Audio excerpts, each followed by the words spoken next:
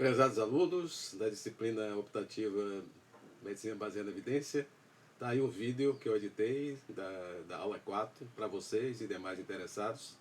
Eu queria pegar essa oportunidade para dizer da minha satisfação de ver o interesse de vocês por essa disciplina. Foi uma grande quantidade de alunos do primeiro semestre ao sétimo semestre foram se matricularam nessa disciplina, tivemos que ampliar as vagas.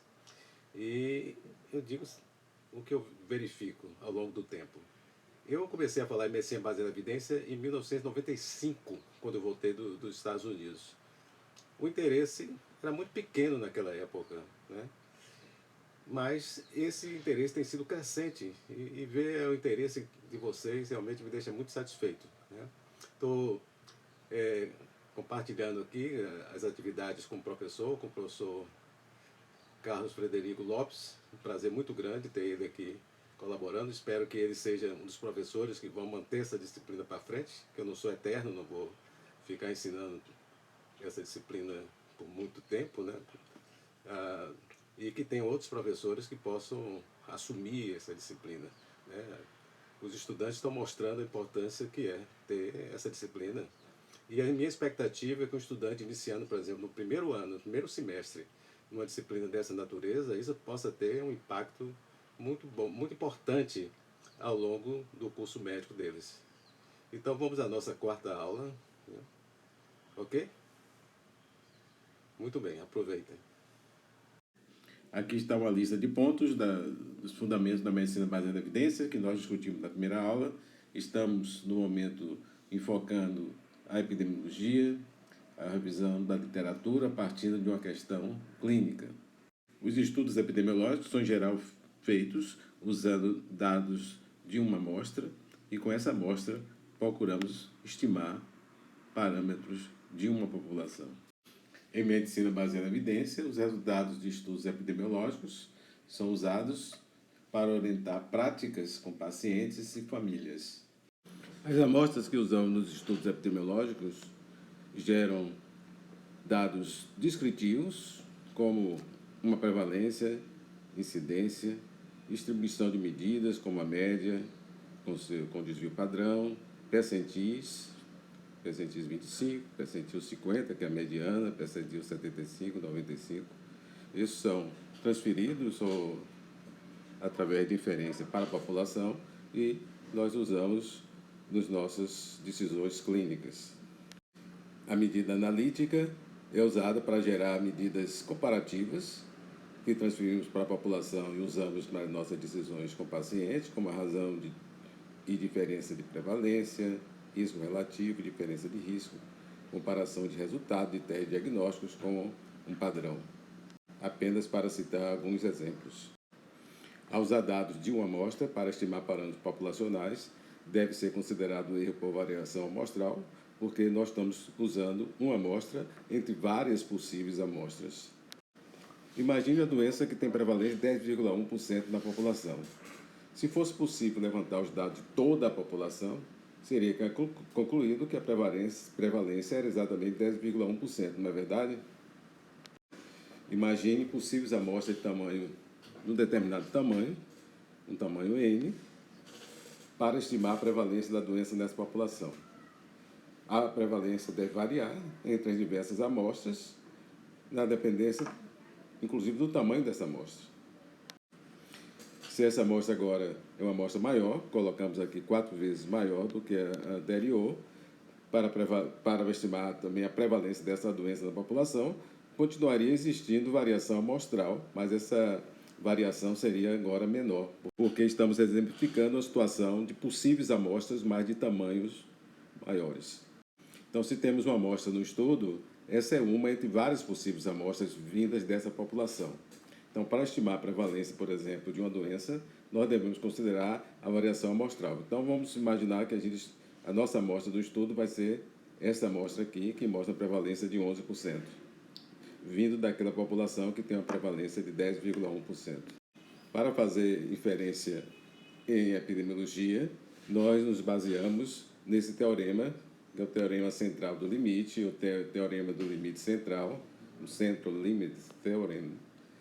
Segundo esse teorema, que ele afirma que quanto maior for o tamanho da amostra, mais a distribuição amostral das várias possíveis amostras vindas dessa população irá se aproximar dessa distribuição, que é a distribuição normal, né? Seguindo essa curva chamada curva de Gauss. Ao descrever a distribuição dos valores nessa curva, usando um score padronizado, chamado score Z, nós vamos ver que, se formos de menos 1,96 a 1,96, nós temos aqui 95% dos valores distribuídos nessa curva. Então, nesses extremos, seria usando 95% como o que nós desejamos, né, dessa distribuição, e os erros que estão nas extremidades, chamando de alfa.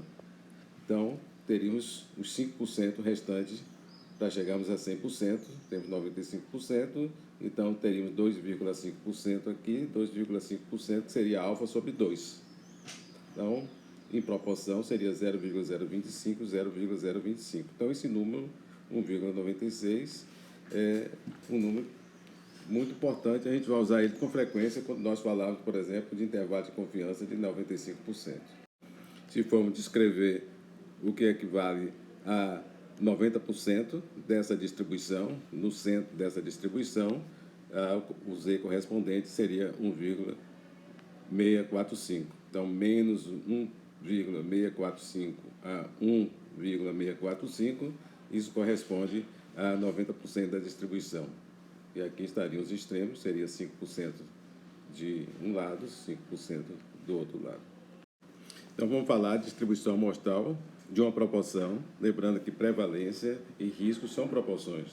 Mesma forma, sensibilidade, especificidade, quando falamos de teste diagnóstico, valores preditivos também são proporções. Como proporção, a prevalência e risco e as demais que eu referi, elas variam de 0 a 1. Para representar com um percentual, a proporção é multiplicada por 100. Então, vai variar de 0 a 100%. Conversamos na aula anterior sobre o conceito de erro padrão. Dizendo que erro padrão é muito importante porque nós precisamos ter uma estimativa da variação amostral. Nós temos uma amostra, mas essa amostra vem de várias possíveis amostras e erro amostral tem que ser levado em consideração. Então, para cada medida, como nós referimos, teria uma fórmula para calcular o erro padrão. E nós vamos precisar dela quando nós quisermos calcular o intervalo de confiança de 95%. E esse intervalo de confiança vai nos informar o seguinte: se temos uma amostra, mas uma amostra com esse tamanho para essa medida, para esse resultado que nós achamos, se essa amostra fosse repetida um número grande de vezes, em 95% das vezes, o que esperávamos é que essa medida estivesse contida entre o limite inferior e o limite superior desse intervalo de confiança de 95%. Vamos pegar aqui um exemplo, imaginando que fosse um cálculo de prevalência de uma amostra de 500 indivíduos e a prevalência foi 11%. Em proporções seria 0,11. Então, usando aquela fórmula, a forma do erro padrão para a proporção, no caso prevalência, nós teríamos aqui esse erro padrão usando a proporção e usando a própria percentual, quer dizer, a prevalência em percentuais, nós teríamos esse resultado. Então, aqui está, né? Teria a raiz quadrada de 11, que é a prevalência, vezes 100 menos 11. Menos 100 menos a prevalência dividido pelo tamanho amostral e retirada a raiz quadrada desse resultado. Então, nós temos aqui o erro padrão que nós vamos usar para os intervalos de confiança e nós estamos trabalhando com intervalo de confiança de 95%.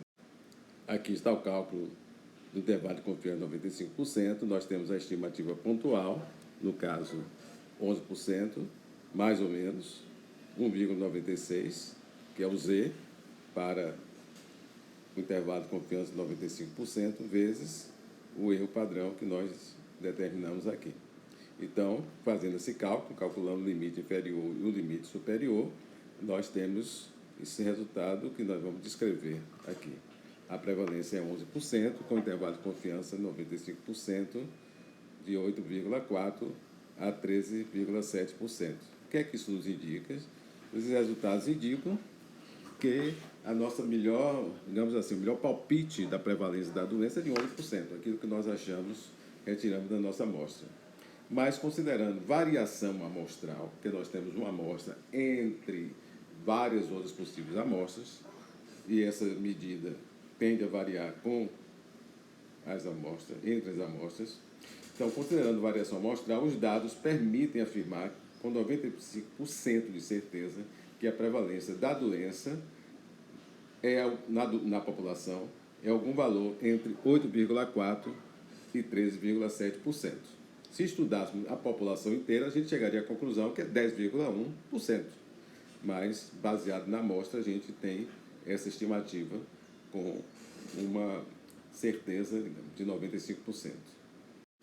Está aqui feito no R, cálculos para diferentes tamanhos amostrais. Aqui nós mostramos anteriormente, com 500 indivíduos, nós tínhamos esse intervalo de confiança de 95%, que ia de 8,26 a 13,7, mais ou menos.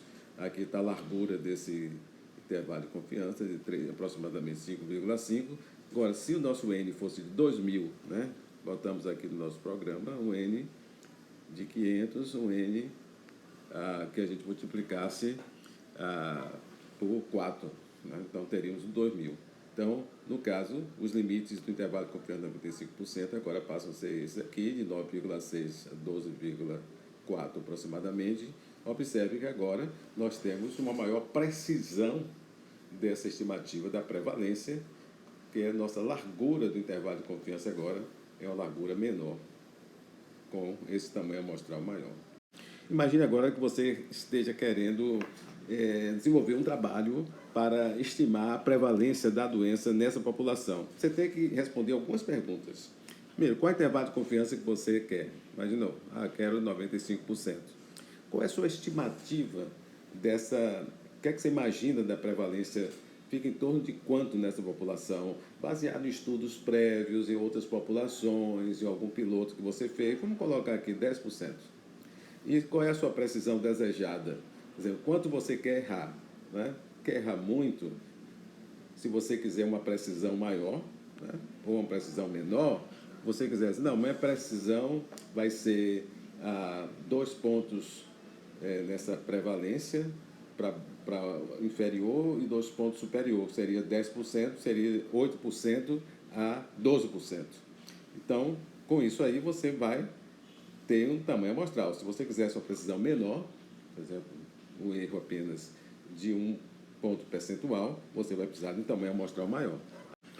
Aqui estão as fórmulas. No caso, você use proporção. Essa precisão seria a precisão olhando a proporção, que no caso aqui, no nosso exemplo, seria 0,02. Né? E no caso, se você usar o percentual, essa precisão aqui seria 2. Então, você está vendo aqui o Z, né?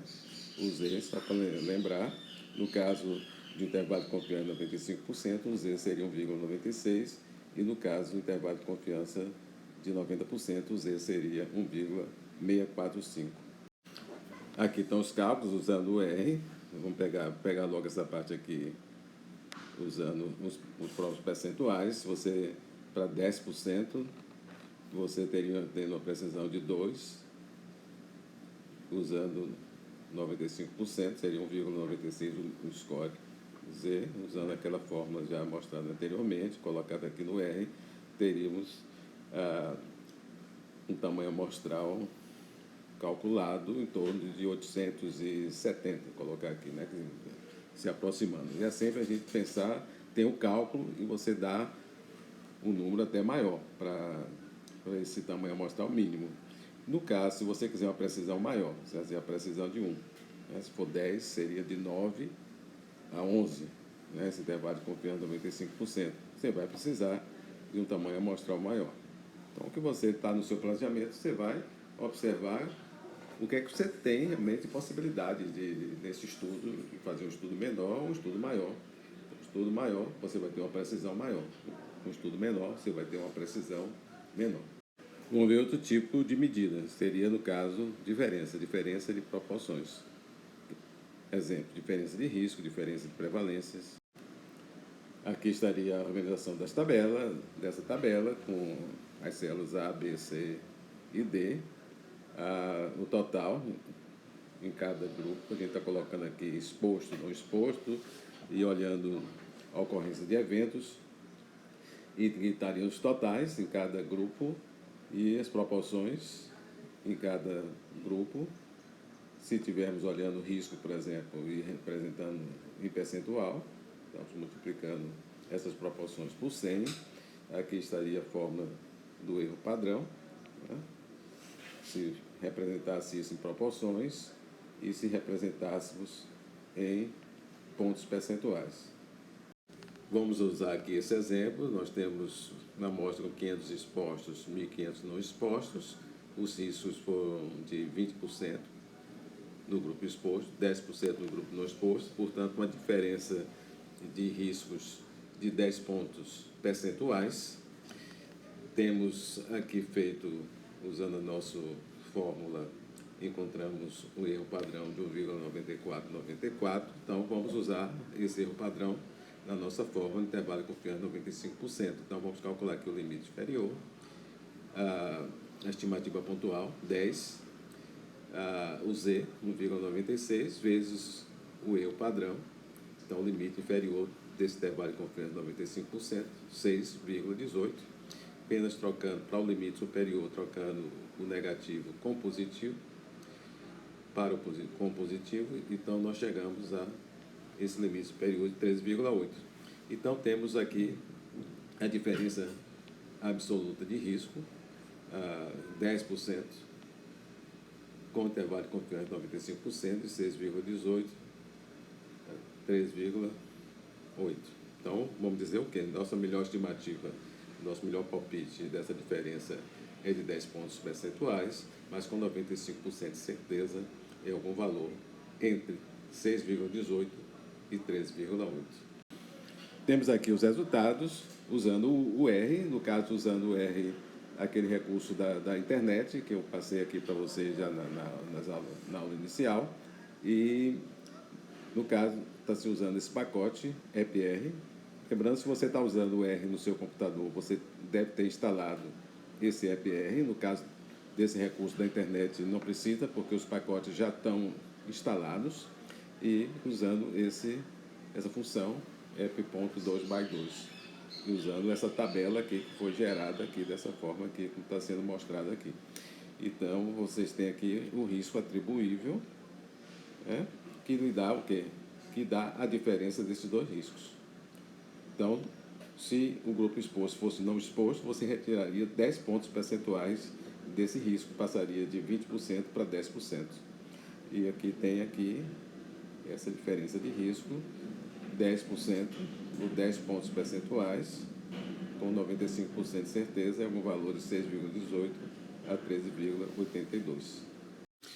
Para ajudar a entender o que nós iremos conversar em seguida, vamos logo introduzir esse conceito aqui de chances, em inglês odds, chances, eu estou colocando no plural.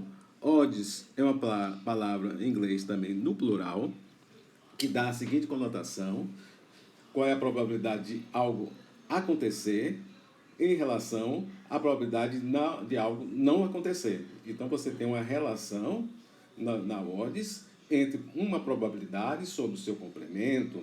Se nós estamos falando percentual, vai ser o percentual sobre o seu complemento. E se o percentual é, por exemplo, 20%, o complemento vai ser o que falta para 100%, ou seja, 80%.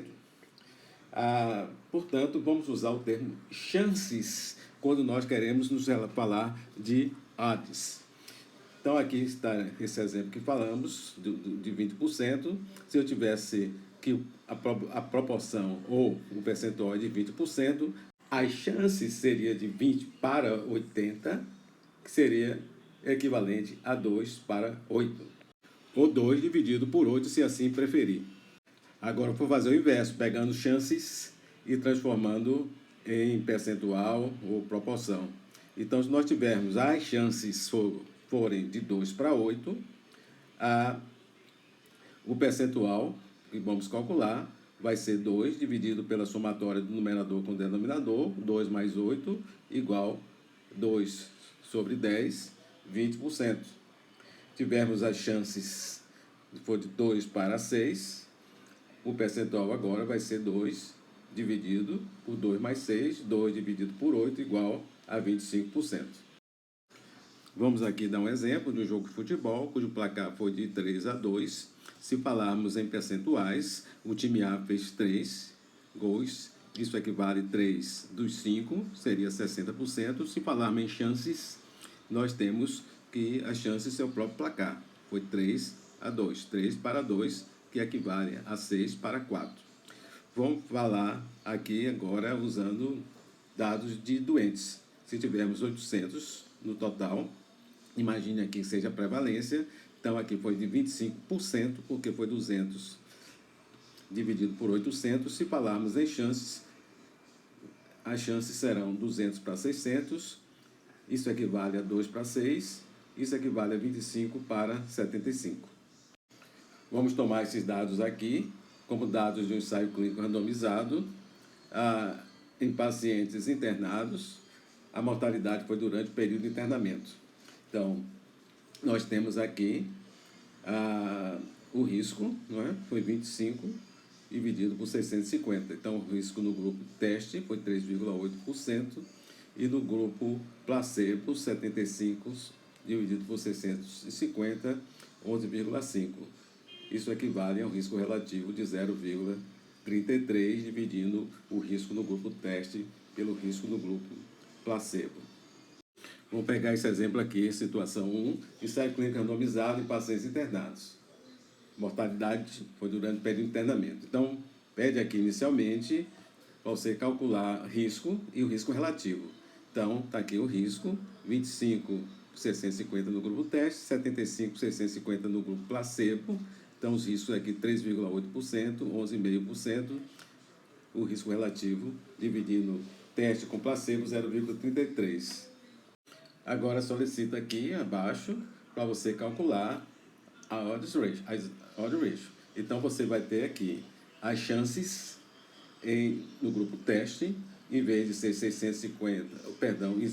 25 dividido por 650, a divisão vai ser 25 por 625, para calcular as chances de ser óbito no grupo teste, e as chances de óbito no grupo placebo vai ser 75 por 575.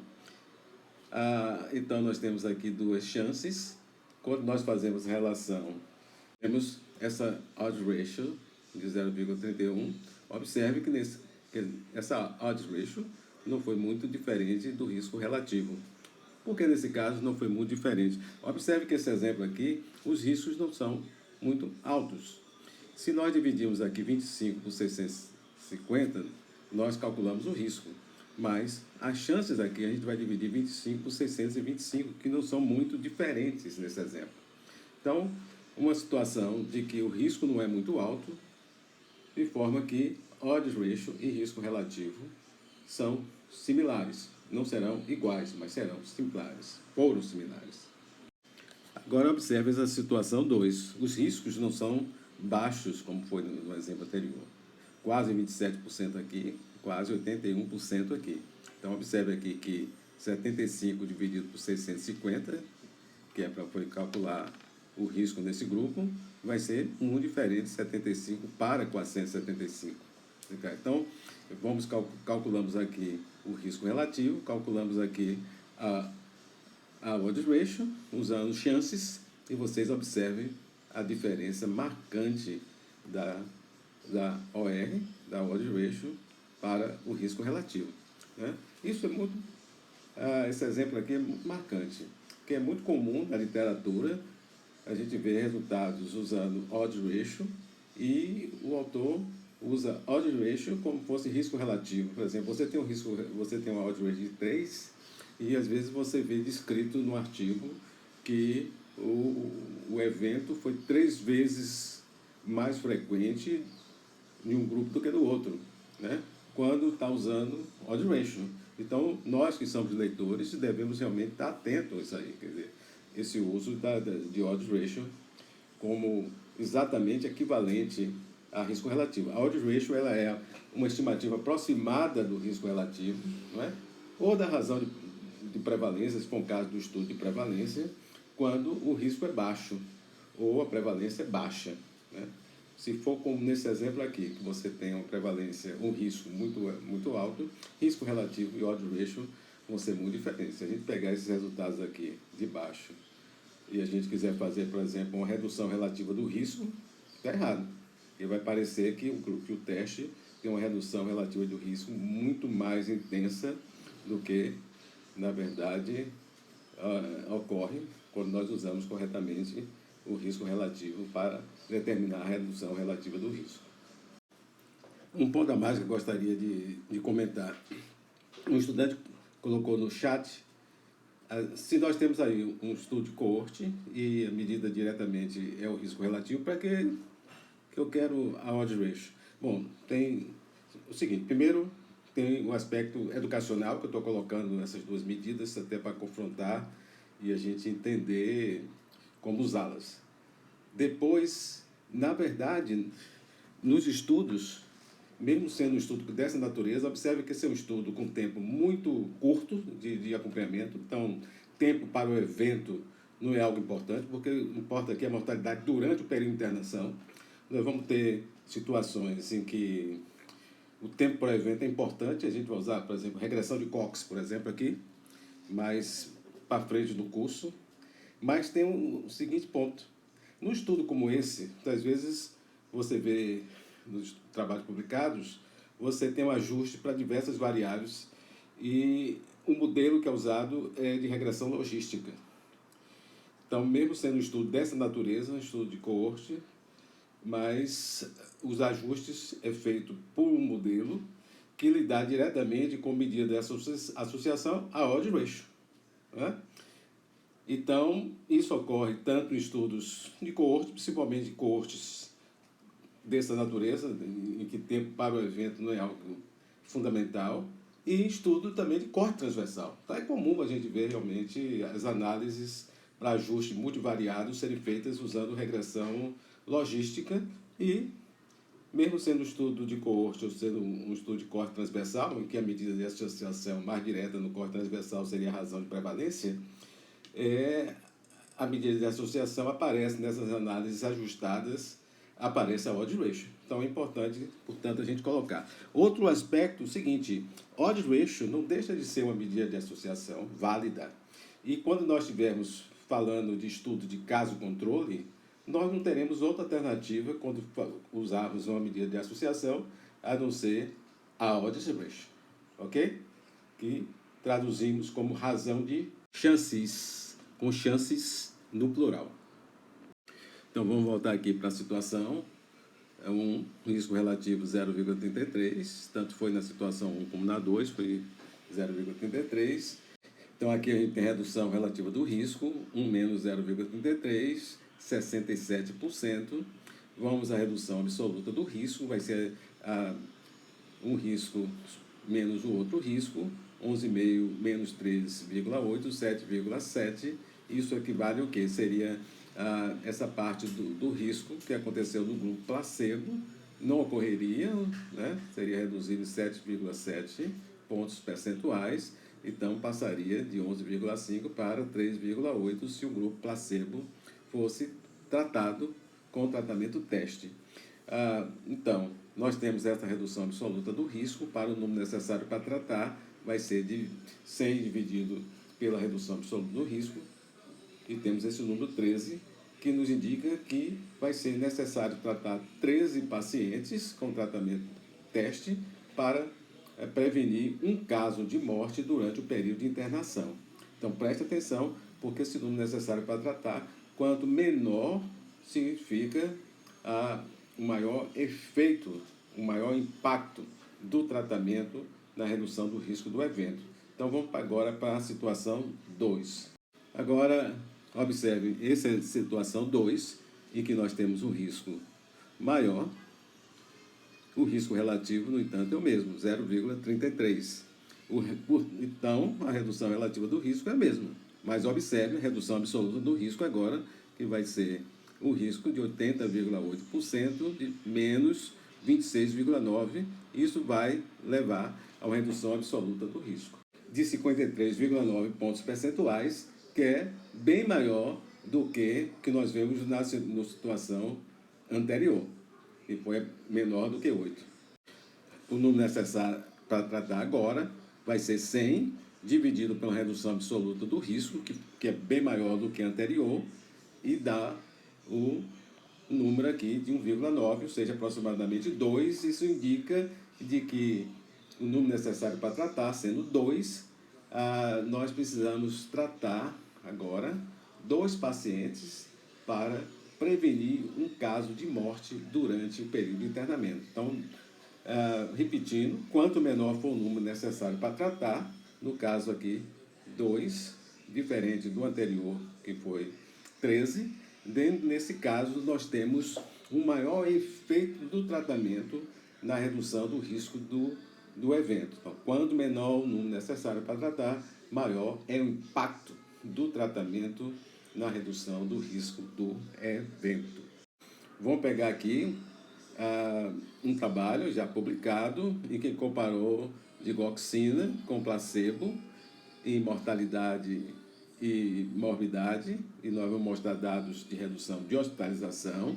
Vamos pegar aqui, olhar aqui, a média de acompanhamento foi de 37 meses nesse estudo. Então vamos usar os dados desse estudo, usando os dados que estão nessa tabela, para determinarmos risco relativo com relação ao efeito da digoxina em reduzir o risco de hospitalização nesse grupo de pacientes com insuficiência cardíaca. E então vamos fazer inicialmente essa tabela, organizar essa tabela. Então nós temos aqui um total no grupo de digoxina de 3.397 indivíduos, está aqui. No grupo placebo, 3.403 indivíduos. Né? No grupo de digoxina, entre os 3.397 indivíduos, ocorreram 910 casos, estão aqui, né, de hospitalização, e no grupo placebo, 1.180. Então, aqui está a tabela, né? Aqui está, se você subtrai 3.397, né, menos 910, então os casos não hospitalizados no grupo de digoxina, e se faz uma operação similar no grupo placebo, nós temos esses números, 2.223. Né? Então, aqui os riscos em cada grupo, né? Que equivale, são similares a esses riscos mostrados aqui também na tabela, né?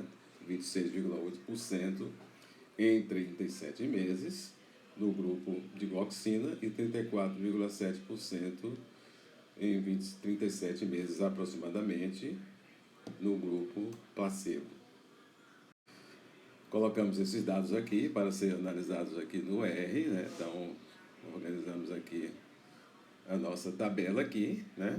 Com essa matrix aqui. Colocamos nomes só para uma questão de documentação. Então, você tem essa tabela aqui gerada no R, né? Similar a essa tabela aqui que nós mostramos no slide anterior. Então, aqui nós estamos prontos para fazer a nossa análise. Ok, então vamos fazer aqui uma análise aqui no R, gerando a nossa tabela, né? Com aqueles números que nós mostramos anteriormente na tabela. Então, vamos aqui usar esse pacote, o EPR, e a função do EPR, que vocês já estão acostumados. E vamos fazer isso usando os dados da nossa tabela. Então, aqui nós temos o risco relativo, 0,77, intervalo compreendo 95%, 0,72, 0,83, são os limites, o limite inferior e o limite superior. Não esqueça odds ratio, que a gente não vai usar odds ratio aqui. Aqui está o risco atribuível, só que a gente vai usar ele aqui tirando esse negativo. Porque o que acontece é que o R, como reconhece aqui como grupo exposto, ele fez a subtração 26,8 menos 34,7. E nós normalmente faríamos 34,7 menos 26,8. Não tem problema, porque aqui você teria 7,89, o limite inferior seria 5,70 e o limite superior seria 10,07. Usando esses resultados aqui do risco relativo e da diferença de risco, nós podemos calcular o restante. Então, temos o risco relativo de 0,77, isso vai ser 1 menos 0,77, para a redução relativa do risco, menos 0,77, seja 0,23, isso leva a 23% de redução relativa do risco. O limite inferior, a gente pegaria aqui 1 menos 0,83, então temos 0,17, seria equivalente a 17%, e o limite superior seria 1 menos 0,72, igual a 0,28%.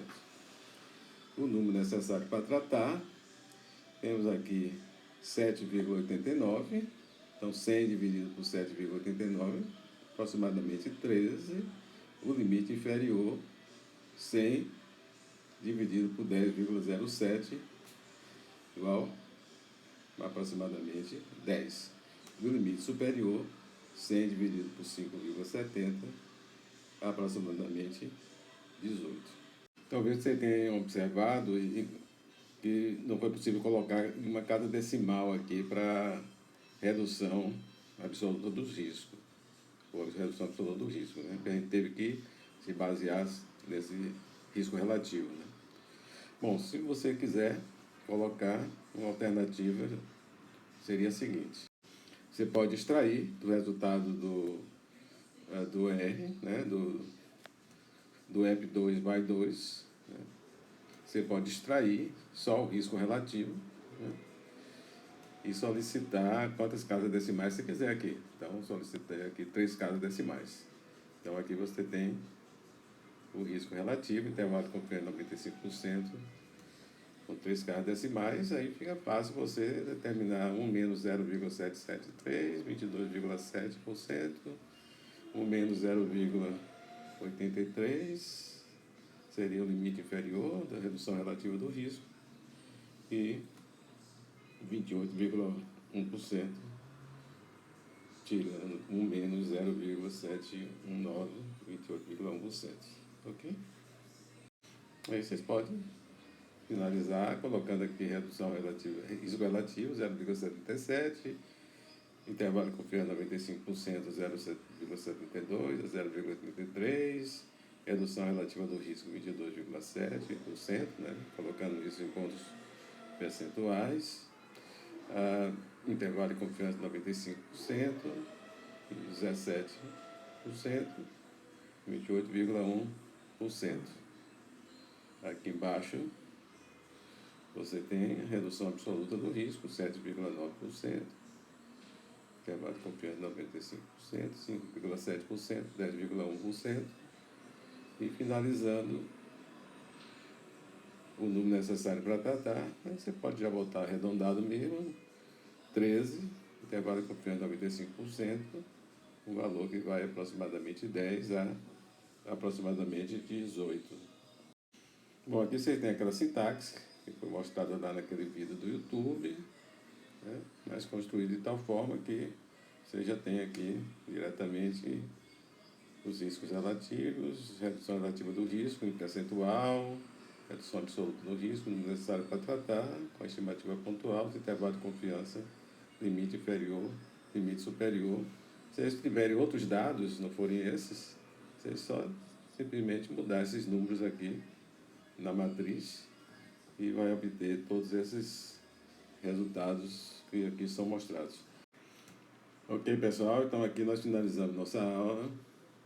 Então até a próxima.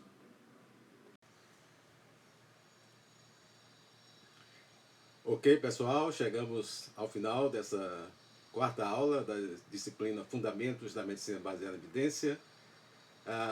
O plano é que esses conhecimentos que vocês estão adquirindo, muitos deles da epidemiologia, que é uma ciência básica da medicina e da medicina baseada em evidência, esses conhecimentos sejam importantes, principalmente para a parte que nós vamos começar a trabalhar mais diretamente com análise crítica de artigos, né? Vocês já começaram a ver, começaram a fazer revisão de literatura, mas nós vamos ver, ter um foco maior nessas atividades voltadas para avaliação crítica da literatura.